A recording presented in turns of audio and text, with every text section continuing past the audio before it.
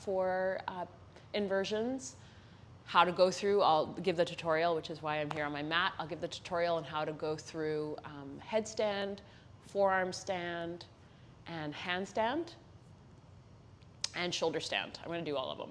So sit back, relax, I would grab pen and paper, and as I'm asking the questions, if you can, write down your notes around it. There's also a PDF that's attached to this, so feel free to have that visible as well as you're watching this, because I'll be referring to it quite a bit, okay? So first off, we always start off with why do we do what it is that we do? Specifically inversions, what's the point of them? When should we do them? When should we avoid them? So the first question of why do we do inversions, I'll speak for myself, and why I like to teach inversions is not necessarily to quote unquote stick the pose, but more about exploring literally standing on a piece of me, usually my hands or my head or my forearms, that I don't normally stand on. So what's so cool about that is that we have to recruit different muscles. And that's really fun on a physical level. And then on a mental level, for me, it's a lot about surrendering, softening into whether or not today I'm going to be able to do the pose or not do the pose. And I really invite my students to do the same, especially those of us who can be perfectionists. It's like softening out of perfectionism and just breathing into what is.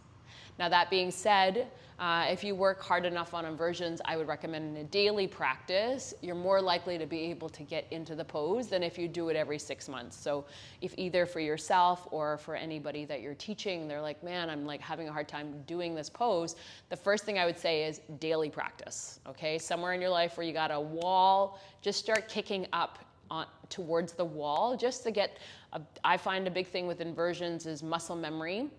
And then being able to recruit the muscles that I need to recruit in order to do them. So definitely doing core work right before inversions. I learned that from good old Anna Forrest. That changed everything for me. So either for yourself or for your students, be like, do some, and we'll do some of the Forrest core that I really find helps to recruit my deep core muscles in order to go upside down. Yeah? Okay. So who should not be doing inversions? This is most people will say if you're on the first 3 days of your menstrual cycle, right? That's like traditionally, if you look in Iyengar's Light on Yoga, that's what it'll say.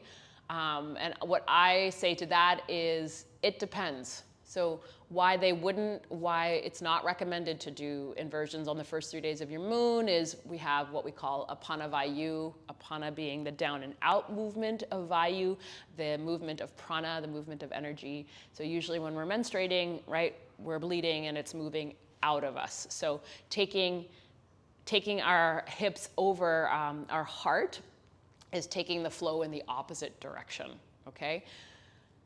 I always say it depends on the woman. There's some, or it depends on the person. For some, there are who menstruate very heavily, and there are some who barely have a menstrual cycle at all.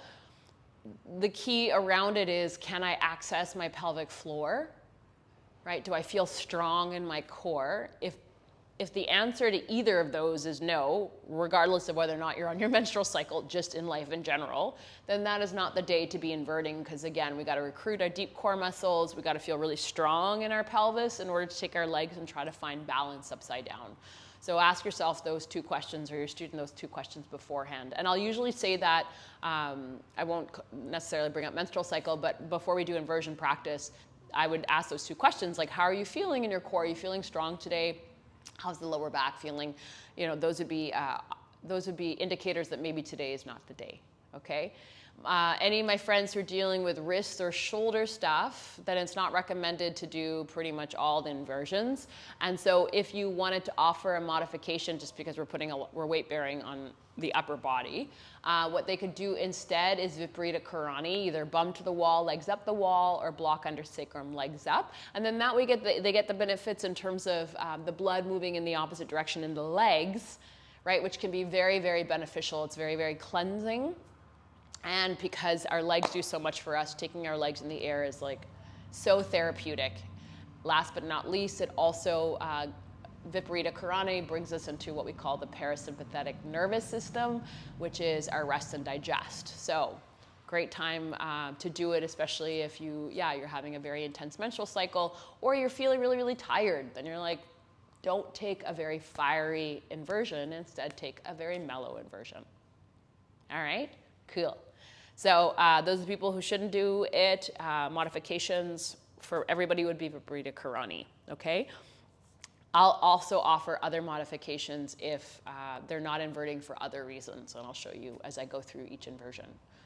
So next up, what I'd like to do is just talk about the body parts that need to be strengthened and lengthened in order to prepare for most inversions. I'm going to give you broad strokes because depending upon whether or not if it's forearm stand or if it's shoulder stand, you're actually going to open up different parts of the body.